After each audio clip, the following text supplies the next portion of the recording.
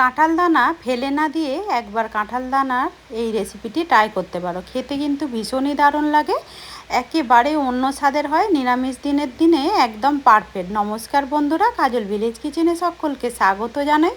রোজকার মতো আজও রান্নাঘরে চলে এলাম। আজকের রেসিপি প্রথম থেকে লাস্ট পর্যন্ত দেখতে থাকুন, আশা করছি ভীষণ ভালো লাগবে। তো চলুন তাইলে শুরু করা যাক। তার জন্য এখানে আমি কাঁঠালের কিছু দানা নিয়ে নিয়েছি। এই দানা দিয়ে আজকের রেসিপিটা তোমাদের সঙ্গে শেয়ার করব। অনেকে তো অনেকভাবেই খেয়েছো, একবার এইভাবে যদি নিরামিষ দিনে রান্না করা যায়, এতে করে কিন্তু এর স্বাদ একেবারে মুখে লেগে থাকে। তার জন্য আমি কাঁঠাল দানাগুলোকে খুব ভালো করে ধুয়ে পরিষ্কার করে নিয়েছি। এই অবস্থাতেই আমি খুব ভালো করে একটা প্রেসার কুকারে সিটি দিয়ে সিদ্ধ করে সমস্ত আমি কাঁঠাল দানাগুলোকে ভালো করে সিদ্ধ করে আর খোসাগুলোকে ছাড়িয়ে নিয়েছি, সেটা কিন্তু দেখতেই পাচ্ছ। এইভাবে একটু খোসাগুলোকে ছাড়িয়ে নিলে তাহলে কিন্তু রান্না করতে সুবিধা হবে। এবারে নেব এখানে একটা মিক্সিং জার। এখানে দিয়ে দেবো আমি যে কাঁঠাল দানাগুলোকে সিদ্ধ করে নিয়েছিলাম, এই কাঁঠাল দানাগুলোকে দিয়ে দেবো। তো সবটা দেবো না, অল্প করে একটু রেখে দেবো, তো দেখাবো এটা কোন কাজে ব্যবহার করা যায়। এবারে এখানে দিয়ে দেবো, দেখো আমি 50 গ্রামের মতো নিয়েছি মুগের ডাল। মুগের ডালটাকে আগে থেকে ধুয়ে ভালো করে ভিজিয়ে রেখেছিলাম। দিয়ে দেবো সমস্ত মুগের ডালটা। যেহেতু আমি নিরামিষ দিনের জন্য করছি, তোমরা চাইলে এখানে মুসুর ডাল অথবা ছোলার ডালেরও ব্যবহার করতে পারো।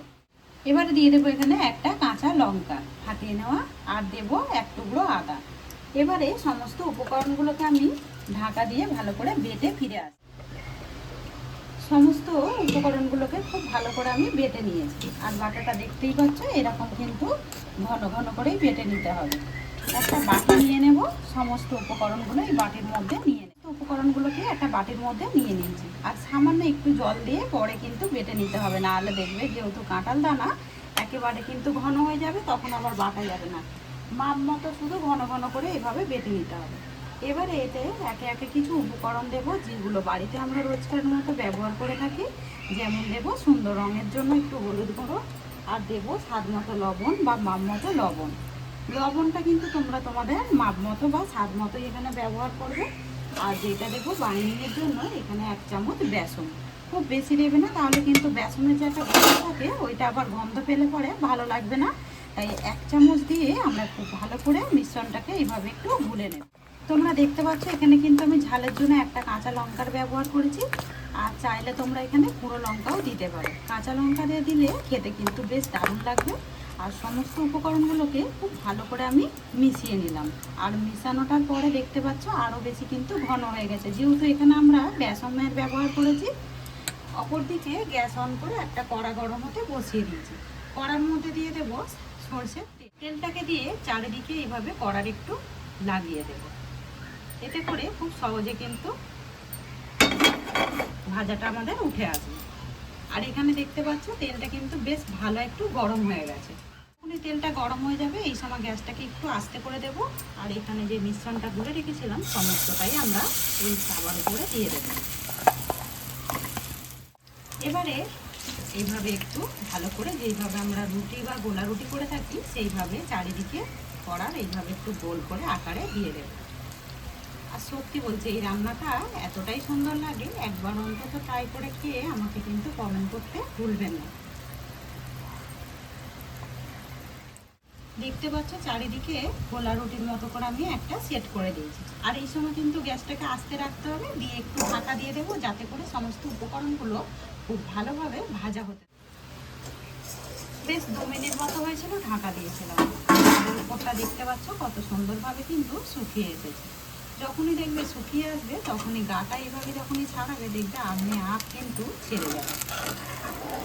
যেহেতু এর মধ্যে মুগের ডাল বেসন রয়েছে, এটা কিন্তু তখন ভেঙেও যাবে না। আর দেখতেই পাচ্ছ একদম কতটা সুন্দরভাবে কিন্তু ভাজাও হয়েছে। আর তোমরা চাইলে কিন্তু এটাকে ভাপিয়ে নিয়েও রান্না করতে পারো, সেই ক্ষেত্রে কিন্তু দেখতে পাবে অনেক সময় আবারও কিন্তু কড়ার মধ্যে দিয়ে ভাজতে হবে, ভাজতে গেলে দেখবে ভেঙে যাবে। আর এটা কিন্তু একই কাজে 2 কাজের 1 কাজ হয়ে গেল। আবারও আমি ঢাকা দিয়ে দেবো, ঢাকা দিয়ে ওপিঠটাকে ওই একইভাবে ভেজে আবারও আমি 2 মিনিট মতো ঢাকা দিয়ে দিয়েছিলাম। 2 মিনিট পর তোমাদেরকে আমি দেখাচ্ছি। তো দেখতে পাচ্ছ এটা কিন্তু বেশ ভালোভাবে ভাজাও হয়ে গেছে, আর সুন্দরভাবে কিন্তু একটা শক্ত হয়ে গেছে।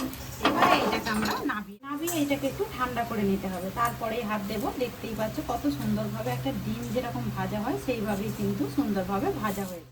আমি আবারও একটা কড়া গরম হতে বসিয়েছি। কড়ার মধ্যে দিয়ে দেবো বেশ কিছুটা সরষের তেল।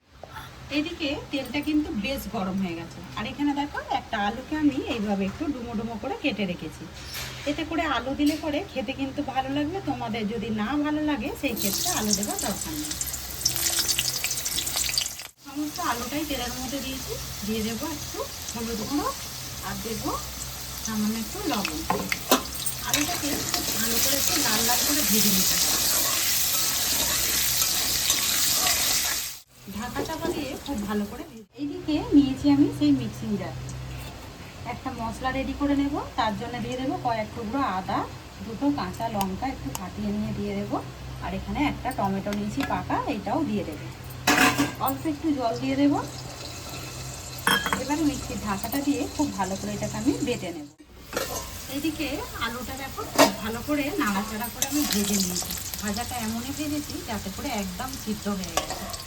সমস্ত আলু ভাজাগুলোকে এবার একটা প্লেটের মধ্যে তুলে নেব। এর মধ্যে এবারে কিছু ফোড়ন দেব, যেমন একটা ফাটিয়ে নেওয়া তেজপাতা, একটা শুকনো লঙ্কা, আর দেবো আমি এখানে বেশ কিছুটা গোটা জিরে। চাইলে তোমরা এখানে তোমাদের পছন্দ মতো একটু গরম মশলা ব্যবহার করতে পারো, মানে গোটা গরম মশলাও দিতে পারো।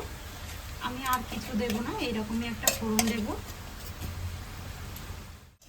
ফোড়নটা এখানে খুব ভালো করে ভেজে নিয়েছি। এই সময় কিন্তু গ্যাসটাকে আস্তে করে দেবো। এবারে বেটে নেওয়া মশলাটা একটু জল দিয়ে দেবো। এখানে মশলাটাকে একটু কষিয়ে নেব।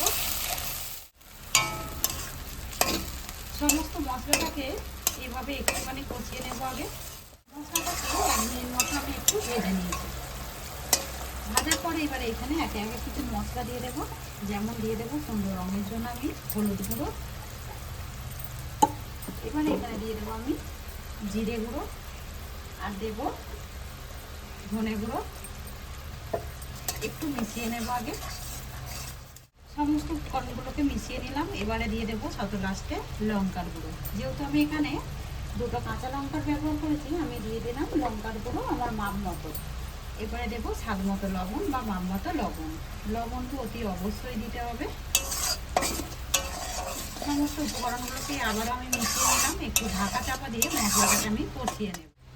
ডাল আর কাঁঠাল দানার বীজটা যে খুব ভালো করে একটা ভেজে রেখেছিলাম, খুব ভালো সুন্দরভাবে কিন্তু ভাজা হয়ে গেছে, সেটা দেখতেই পাচ্ছ।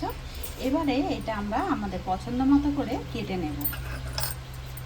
আর ভাজার পরে একেবারে ভয় পাওয়ার কোনো দরকার নেই। এটা কিন্তু ভেঙেও যাবে না আর কিছু হবেও না। দেখতেই পাচ্ছ আমি সুন্দরভাবে কিন্তু আমার পছন্দ মতো করে পিস করে নিচ্ছি। তোমরা কিন্তু তোমাদের পছন্দ মতো পিস করে নেবে।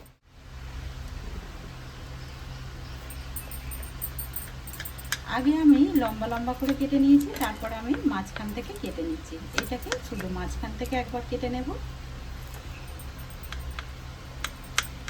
আজকের রেসিপি তোমরা কে কোথা থেকে দেখছো অতি অবশ্যই আমাকে কমেন্ট করে জানাবেন। আর যদি রেসিপিটি ভালো লেগে থাকে একটা লাইক করে দিয়ে আমার এইভাবে পাশে থাকবেন।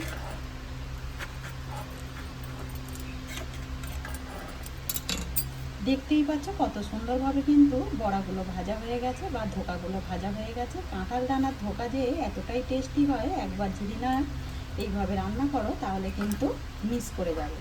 আর এই সময় কাঁঠাল দানা কিন্তু অনেকেই আমরা বাড়িতে নিয়ে এসে থাকি আর হাতের সামনে থেকে থাকে, আমরা ফেলেও দিই অনেক সময়। আবার অনেকে অনেক রকমভাবে কিন্তু রান্না করে। একবার এই ধরনের কিন্তু রান্নাটা ট্রাই করতে পারো, খেতে কিন্তু ভীষণ দারুণ লাগে। আর নিরামিষ দিনে তো একেবারেই কোনো কথা না। এদিকে কথা বলতে বলতে দেখো মশলাটাও কিন্তু সুন্দরভাবে কষানো হয়ে গেছে। আর দেখতেই পাচ্ছ কত জল ছিল, এখানে কিন্তু তেল ছাড়তে শুরু করেছে। এইভাবে যদি ঢাকা চাপা দিয়ে মশলাটাকে কষানো যায়, মশলার স্বাদ কিন্তু তরকারির স্বাদ অনেকটাই বেড়ে ওঠে। আর কতটা দানা দানা হয়ে গেছে সেটা কিন্তু দেখতেই পাচ্ছ। এখানে কোনো রকম আমি কাশ্মীরি লঙ্কা ব্যবহার করিনি, আর অল্প অল্প একটু গুঁড়ো লঙ্কা দিয়ে আমি এই রান্নাটাকে পুরোপুরিভাবে রেডি করলাম।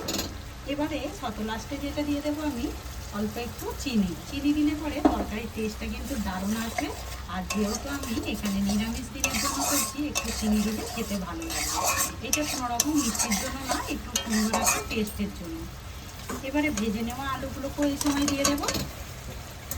সমস্ত আলুটাকে দিয়ে আমি মশলাটাকে খুব ভালো করে একটু মিশিয়ে নেব। আলুটাকে দিয়েও আমি মশলার সঙ্গে একটু কষিয়ে নিলাম। আর কষানোর পরে দেখতে পাচ্ছি কতটা সুন্দর লাগবে। আর আগে থেকেই বলেছিলাম বেশ কিছুটা দানা আমি আলাদা করে রেখে দিয়েছিলাম, ওই দানাটাকে আমি কেটে নিয়েছি একটু। এবারে দানাটাকে দিয়েও আমি এর সঙ্গে মিশিয়ে নেব। এতে করে খেতে কিন্তু বেশ দারুণ লাগবে, তরকারির টেস্টটাও একটু সুন্দর আসবে। সমস্ত উপকরণগুলো মেশানোর পরে এখানে কুসুম গরম জল দিয়ে দেবো। আর এখানে একটু গরম জল দেবারই চেষ্টা করবে, এতে করে কিন্তু ভালো। তো আমরা কাঁঠাল দানা রান্না করছি, যদি একটু গরম জল দিয়ে রান্না করা যায় সেই ক্ষেত্রে কিন্তু ভালো লাগে খেতে। বেশ অনেকটাই দেখো জল দিয়ে দিয়েছি। এবারে ঢাকা চাপা দিয়ে একটু ফুটিয়ে এখানে দেখতে পাচ্ছ খুব ভালো করে কিন্তু ফুটে উঠেছে ঝোলটা। এই ফাঁকে এবার আমি এখানে দিয়ে দেব ভেজে নেওয়া কাঁঠাল দানার বড়াগুলো।